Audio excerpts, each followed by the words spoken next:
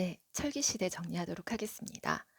어, 철기시대 앞에까지가 저희가 배웠던 거 잠깐 보시면 우리 구석기가 있죠. 네, 구석기 그리고 신석기 그리고 이제 청동기 시대를 거쳐서 바로 철기 시대로 오게 됩니다.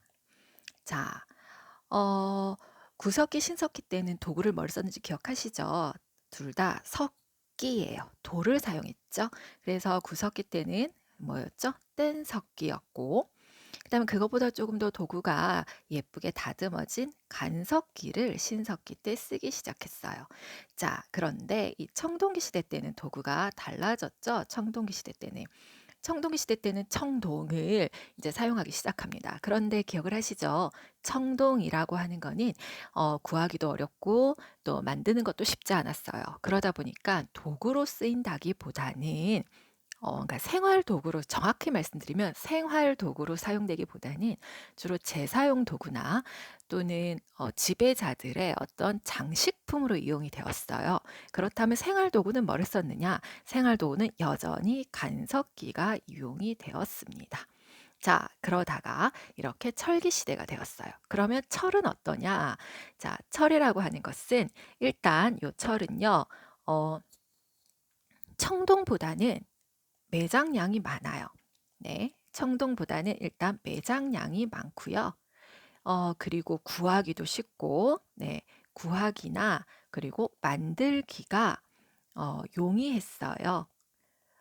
청동 같은 경우에는 어떻게 해야 되죠? 청동은 만들려면 하나의 금속이 아니라고 말씀드렸죠. 여러 가지 금속들을 섞어서 만드는 게 뭐였다? 청동이었어요. 그러면 요 금속들을 섞을 때 얘를 각각을 몇 채 비율로 잘 섞어야지만 좋은 청동이 나올까? 이것 자체가 만들기가 어렵다는 뜻이에요. 그리고 여러 금속을 사용하니까 구하기도 어렵죠. 하나가 아니라 이 모든 재료를 구해야 하니까요. 그러다 보니까 청동은 만들기가 어려웠어요. 그런데 철은 청동과는 다르다는 겁니다. 그래서 철 같은 경우에는 일단 하나의 금속이에요. 구하기도 쉽고 그리고 만들기도 용이했어요. 거기다가 철은 청동하고 다르게 단단합니다. 단단하고요. 그리고 날카로워요. 그러다 보니까 단단하고 이런 날카로운 성질 때문에 그래서 뭐가 되었다? 생활 도구로 활용이 가능하다 이거예요. 생활 도구로 다양하게 활용할 수가 있었어요. 자, 바로 철기 시대 때 가장 큰 변화는 바로 이것입니다. 기존의 생활 도구는 뭐를 썼다? 여전히 돌을 사용했죠. 돌을 사용했는데 철기 시대부터는 생활 도구가 뭘로 바뀐다? 철로 바뀌기 시작한다는 겁니다. 자, 그렇다면 먼저 하나씩 정리를 해볼게요. 먼저 대표적으로 철기 시대 때 도구부터 한번 정리를 해볼게요. 자, 도구는 당연히 뭐를 사용한다? 철을 사용하기 시작합니다. 그래서 철기를 가지고 도구로 이용을 해요. 그럼 철기를 가지고 뭐를 쓰냐? 농기구를 써요. 농기구도 철로 만들어요.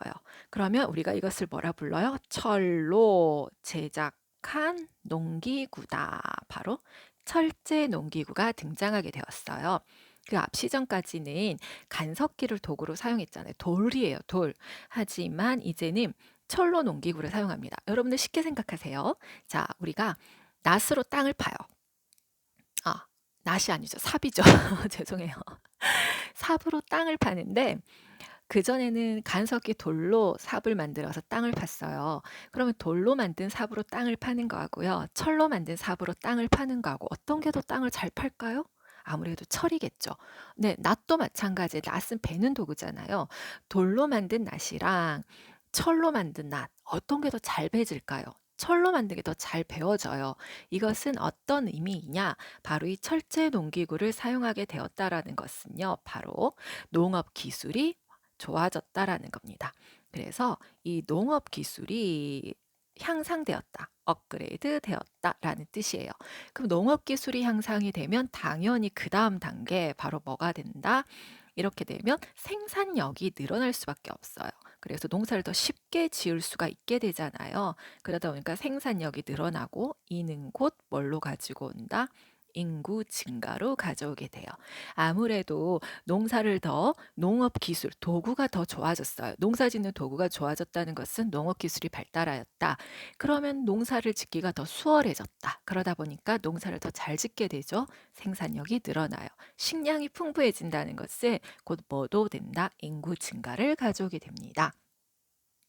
그 다음, 철을 가지고 그 다음 뭐도 만드느냐? 바로 무기도 만들 수가 있어요, 여러분들. 무기. 네, 철로 만든 무기니까 뭐겠어요? 철로 제작한 무기이다. 철제 무기라고 부르겠죠. 네, 철로 무기를 만들다 보니까 이제 뭐를 키워요? 군사력을 키울 수 있게 되었어요. 그러다 보니까 이 철제 무기를 이용해서 이제 군사력을 키웁니다. 군사력. 그래서 주변 부족을 정복을 해요. 자, 이걸로 군사력을 키우게 되고요. 네. 군사력을 키우게 되고 이는 곧 뭐냐? 부족 간 전쟁을 가져오게 돼요. 부족 간 전쟁. 부족 간 전쟁이 일어나다 보니까 강한 부족은 약한 부족을 접수하게 되겠죠. 네. 그리고 약한 부족들은 강한 부족에게 대항하기 위해서 부족 간 연합을 하게 될 거예요. 자, 이 과정에서 바로 국가라고 하는 것이 발전하기 시작한다는 겁니다. 네. 자, 이것 때문에 뭐가 되었다? 바로 국가가 만들어진다. 그래서 국가로 발전하게 되었어요. 그래서 그 덕분에 철기시대 때는 바로 우리 한반도를 비롯한 요 일대에 여러 나라가 성장하는 계기가 됩니다.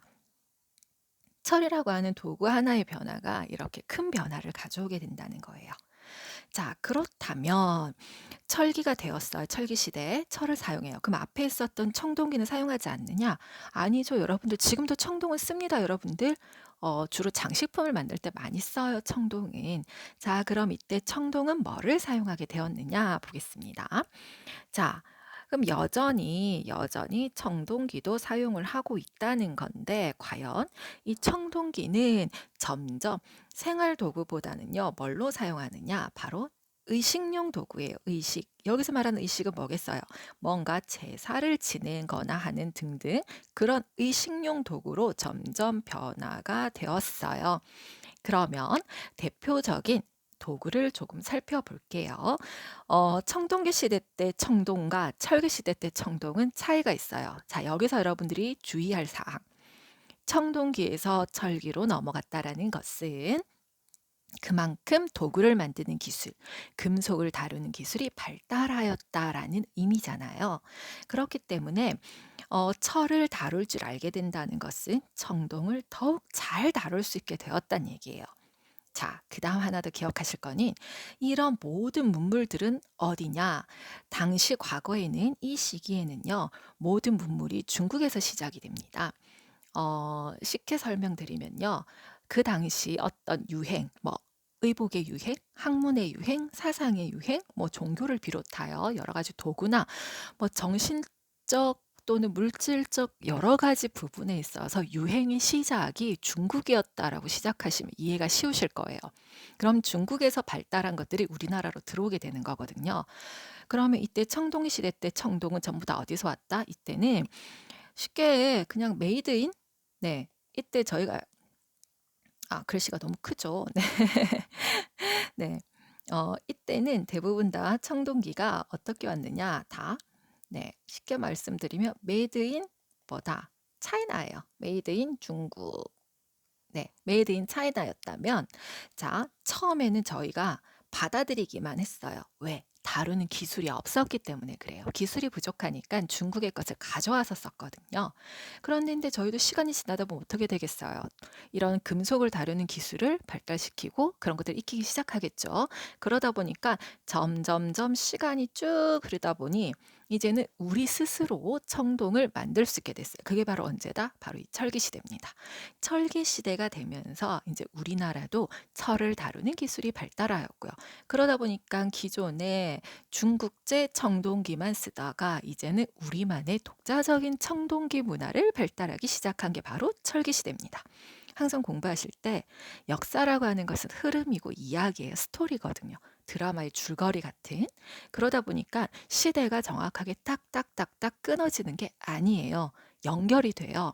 그래서 많은 이제 우리 학생들이 이제 예전에 제가 학생들을 가르칠 때 학생들이 어려워했던 것 중에 하나가 "아니 선생님 신석기 때 간석기인데 왜 청동기도 간석기예요? 청동기는 청동기 쓰면 되지." 이거였어요. 그러니까 기억을 할 때 신석기 때 간석기인지 청동기 때 간석기인지를 구분해야 했다는 거죠. 그런 부분에 인제 많이 어려워했었는데 이런 거는 이해를 하시면 돼요. 도구라고 하는 게 발달을 한다고 해서 기존의 것이 사라지느냐?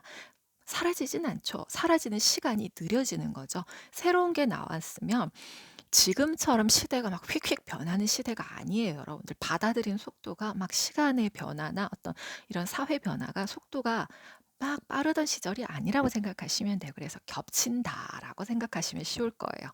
자, 그 말은 이 청동기가 철기까지 이어진다는 겁니다. 그런데 철을 사용하게 되니 당연히 금속 다루는 기술이 발달하였고 그러다 보니까 기존의 중국제 청동기를 수입하던 우리가 이제는 우리나라 즉 메이드 인 코리아제 청동기를 만들어 쓰기 시작했다. 메이드 인 우리 것이 생겼다라는 것. 바로 그것을 기억하시면 좋을 것 같아요. 자, 그렇기 때문에 우리가 여기서 기억해야 될 건 뭐냐? 바로 이 청동기 파트에서 꼭 기억하셔야 될 거 바로 이것입니다. 독자적인 우리만의 청동기 문화가 발전하였다. 자, 그래서 자, 가장 중요한 거 바로 이 철기 시대 때 청동기는 이 독자적이라는 거 요거 기억하셔야 돼요. 그래서 독자적인 청동기 문화 발전입니다. 자, 그러면 뭐를 보셔야 하느냐?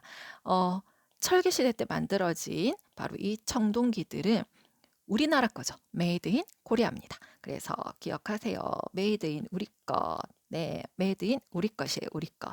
우리 것입니다. 자, 이게 생겼다는 증거가 되는 유물들을 지금부터 여러분들이 기억을 하셔야 하는데요. 가장 대표적인 것이 바로 무엇이냐?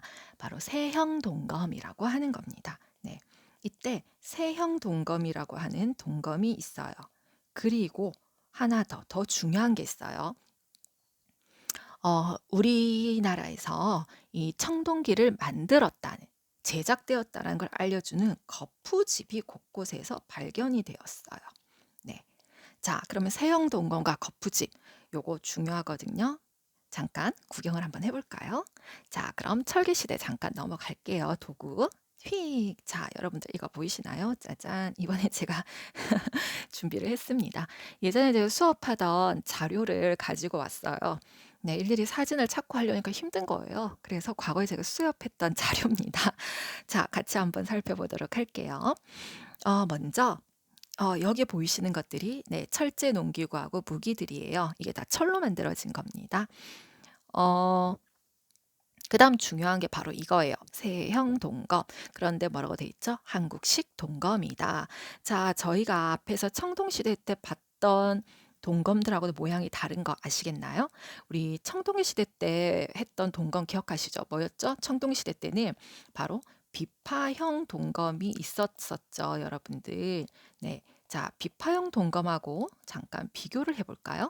비파형 동검 어떻게 생겼죠? 이렇게 통통하게 생겼었어요. 아이고, 네. 통통하게 생겼었어요. 통통하게 이렇게 올록볼록 통통했었어요. 기억을 하시나요? 그런데 세형동검은 어때요? 이렇게 길쭉하고 뾰족하고 날씬하죠. 이렇게 날씬한 모양입니다. 자, 이 세형동검이 우리나라에서 만들어졌다는 걸 알려주는 게 네, 바로 여기에 있는 거푸집 이것입니다. 청동기를 만드는 틀이라고 되어 있죠, 여러분들. 자, 요거는 여러분들 이거 돌이에요, 돌인데 이 돌에다가 이렇게 네, 판 거죠. 파서 여기다가 철을 녹여서 부어요. 철을 녹여서 여기다 부어서 어, 굳어지면 이 돌을 떼내요. 그러면 요게 바로 요 모양이 되는 거죠. 이해가 가시나요? 네, 여기 보이시죠? 네. 바로 이 거푸집은 청동기늘을 만드는 틀로서 이 거푸집이 바로 한반도 곳곳에서 발견이 되었어요. 네. 이것이 한반도 곳곳에서 발견이 되다 보니까 사람들이 알게 된 거죠. '아, 우리나라에서도 청동기를 만들었구나. 중국에서 우리가 수입한 것이 아니라 우리도 만들었구나.'라는 걸 알 수가 있어요. 그래서 청동기가 여러 지역에서 제작되었다. 즉 어떻게 독자적으로 제작되었다라는 걸 알려줘요. 이해가 가시나요? 이거 거푸집이 뭔지 잘 모르시겠으면 아이고 네. 제가 지금 발음이 잘 안 돼요. 죄송해요. 네. 그 초콜릿 만드는 틀을 기억하시면 되게 좋으실 것 같아요. 왜 그 발렌타인데이나 이럴 때 초콜릿 많이 만드시잖아요. 그때 초콜릿 녹여 가지고 틀에다가 딱 부었다가 굳어져서 떼내면 그 모양 나오잖아요. 고런 틀이에요. 네. 그래서 요게 상당히 중요하다는 겁니다. 이것이 우리나라에서 발견되었다라는 것은 곧 우리나라에서도 뭐를 청동기를 만들었다. 그런데 뭐 바로 이거예요. 세형동검. 네. 이게 만들어진 겁니다. 그래서 이것의 이름이 뭐다? 바로 한국식 동검이다라고 이름을 붙여요. 그다음에 바로 여기 있는 잔무늬 거울 보이시죠? 요 잔무늬 거울도 대표적인 청동기 시대 때 어, 거울입니다. 이 청동기 시대 때 아니 죄송해요. 네, 이 잔무늬 거울도 대표적인 철기 시대 때입니다. 잔무늬인데 저희 청동기 시대 때는 뭐가 있었어요? 우리가 네, 청동기 시대 때 있었던 거울은 거친 무늬였어요. 네, 거친 무늬 거울이었다면 여기서는 잔무늬 거울입니다. 무슨 말이냐? 무늬가 거칠고 잔잔하단 말은 이제 여기를 다듬는 거죠. 이 다듬는 기술이 좀 더 발달하다 보니까 처음에 나왔던 청동기 거울은 상당히 면이 거칠었다면 이제는 조금 네, 더 잘 다듬게 된 거죠. 네, 대표적인 철기 시대 때 청동기 유물들이에요, 여러분들. 그래서 잘 기억을 해두세요. 네, 이건 전부 다 언제다? 철기 시대입니다. 철기 시대 하면 대표적으로 네, 세형동검, 그 다음에 잔무늬 거울, 그리고 거푸집이 있어요. 청동기 시대 때는 뭐가 있었다? 청동기를 대표하는 것은 네, 비파형 동검, 그리고 거친 무늬 거울이었어요. 이해하셨죠? 네, 그럼 다시 돌아가도록 하겠습니다. 자, 그 다음에 이제 우리가 살펴볼 거는 네, 조금 올릴게요. 이번에는 철기 시대 때 토기하고 무덤 이런 것들을 살펴볼게요. 먼저 토기입니다. 네, 토기. 자, 토기를 살펴보도록 하겠습니다. 우리 토기하면 가장 대표적인 거 순서대로 한번 읊어볼까요? 토기는 언제 만들어졌죠? 바로 신석기 때 토기가 만들어졌죠. 그런데 신석기를 대표하는 토기 하나만 기억을 하신다면 뭐가 있죠? 네, 빗살무늬 토기가 있었죠. 빗살무늬 토기. 자, 빗살무늬 톡이 어떻게 생겼다 그랬죠? 요렇게 밑이 뾰족해서 여기 빗살 무늬가 들어가 있었어요. 그 다음에 청동기 시대 때는 뭐가 있죠? 청동기 때는 이 무늬가 사라지죠. 그래서 대표적으로는 민무늬 토기가 있었어요. 민무늬 토기가 있고 그리고 양쪽에 손잡이가 달린 토기가 있었죠. 바로 미송리식 토기가 있습니다. 이 토기들은 아마 이제 무늬가 없어요. 민무늬라고 해서 무늬가 없죠. 대신에 얘는 바닥이 평평했어요. 예를 들어 토기가 이렇게 생겼으면 이때는 바닥이 뾰족했다면 청동기는 바닥이 평평해요. 그리고 무늬가 없어요. 미송리식은 요렇게 생긴 그냥 쉽게 그냥 그림만 그릴게요. 이렇게 생긴 옆에 뭐가 붙어 있다고요? 이렇게 손잡이가 달려 있죠.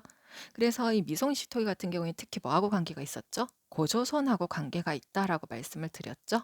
네, 그렇다면 자, 우리 철기 시대 때 토기는 어떤 것이냐? 철기 시대 때 토기는요, 바로 이 청동기 때 있었던 토기들이 그대로 이어집니다.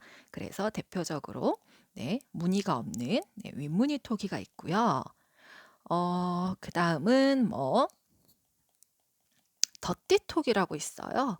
덧띠톡이라고 하는 것은 덧대었다라는 뜻이에요, 여러분들. 덧대었다. 그러니까 예를 들어서 뭐 아이고 어, 흙으로 조금 더 이 톡이 옆에 이렇게 덧댄 거라고 생각하시면 돼요. 그리고 뭐 검은 간토기, 검은색, 네, 검은 간토기 등등등 이런 토기들이 있어요. 철기 시대 때 토기는 그냥 청동기 시대 때 토기들이 이어오면서 그것이 조금씩 더 발전한 상태다라고 보시면 될 것 같아요. 네, 그 다음은 대표적인 무덤을 살펴볼게요. 무덤 양식은 어땠느냐? 무덤 같은 경우에는 우리가 주로 대표적으로 청동기 때 무덤을 봤었죠. 청동기 대표하는 무덤 하면은 뭐가 있죠? 대표적으로 고인돌이 있었죠. 고인돌. 근데 고인돌이라고 하는 것은 일반인의 무덤이 아니었던 거 아시죠? 이거는 지배층의 무덤이고요. 그 다음에 돌널 무덤이라고 하는 게 있어요, 여러분들.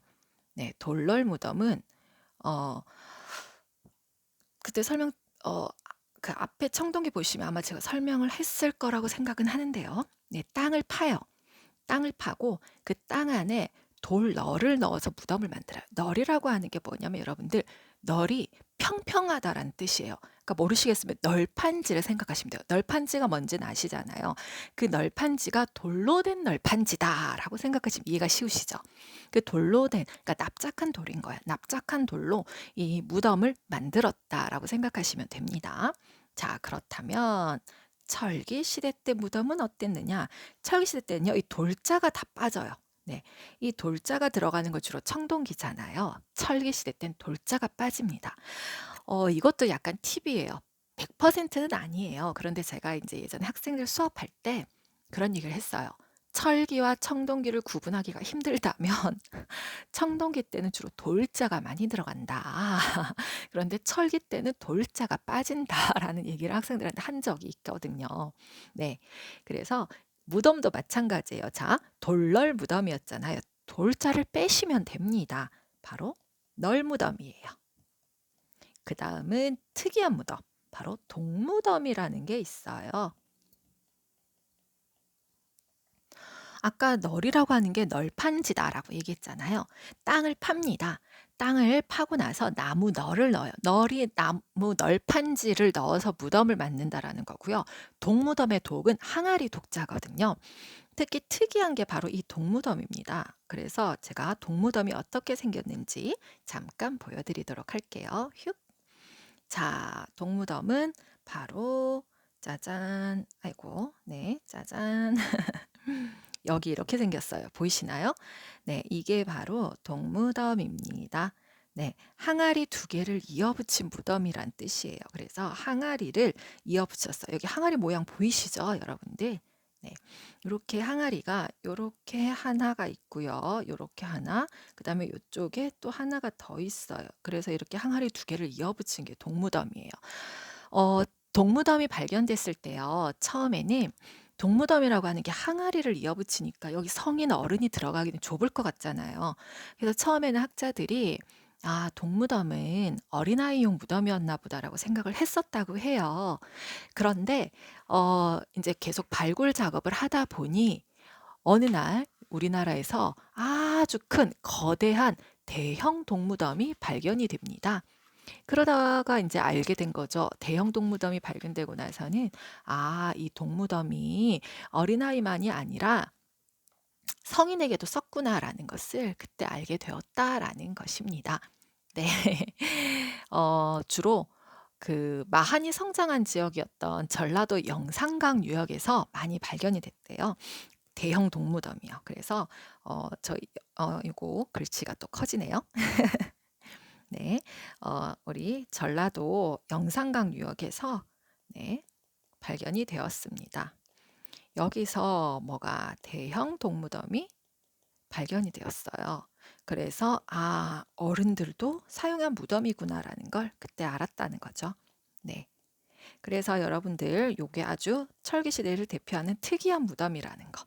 네, 그거를 기억해 주시면 좋을 것 같아요.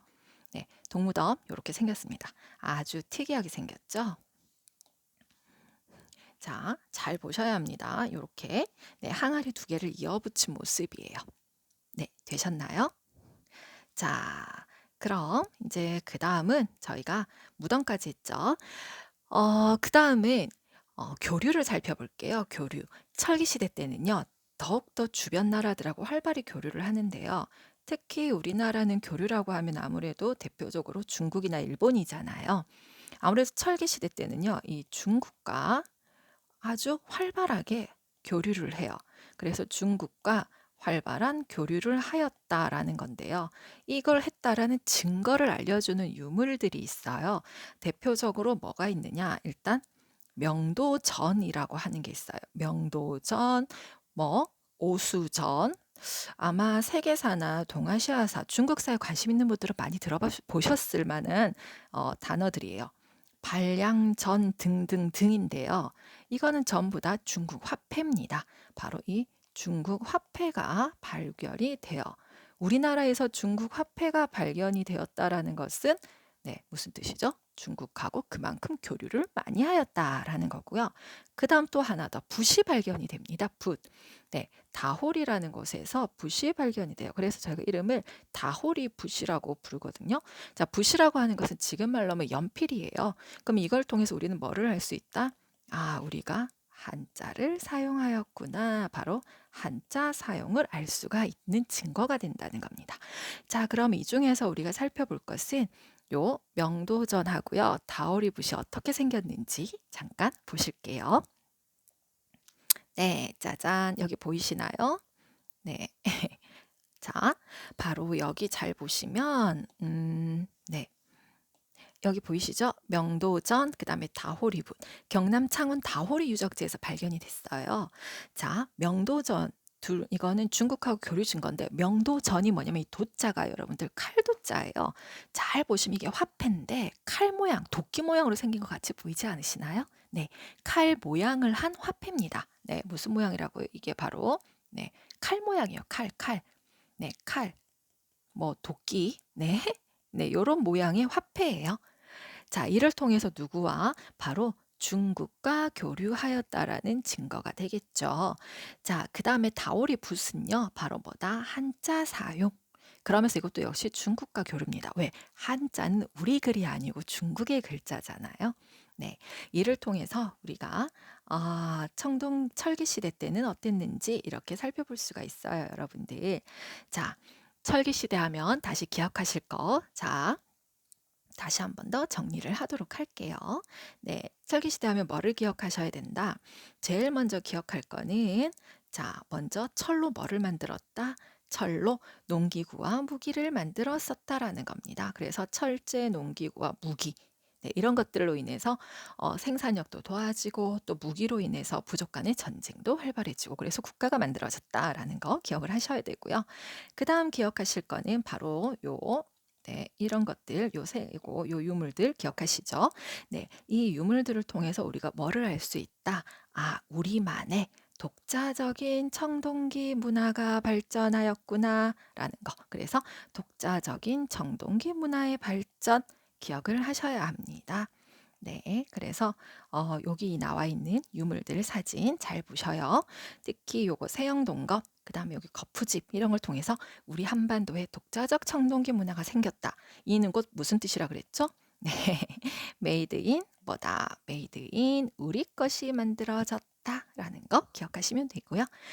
그 다음에 대표적인 무덤으로는 항아리 2개를 이어붙인 동무덤이 있었다라는 거 기억하시면 좋고요. 네, 그 다음은 기억하실 거 바로 요것들입니다. 네, 바로 누구하고 교류했다? 바로 중국과의 교류를 알려주는 2가지 유물. 네, 명도전이라는 칼과 칼이 아니고 명도전이라는 칼을 닮은 화폐. 네, 요거 기억하세요. 무슨 모양이죠? 네, 칼 모양의 화폐입니다, 여러분.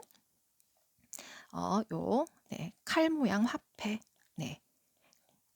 그리고 붓이 발견이 되었다라는 거 기억을 하시면 좋아요.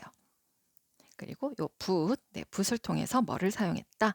바로 요 한자 사용, 한자를 사용했다라는 증거가 된다는 겁니다. 여기까지 철기시대 정리였습니다.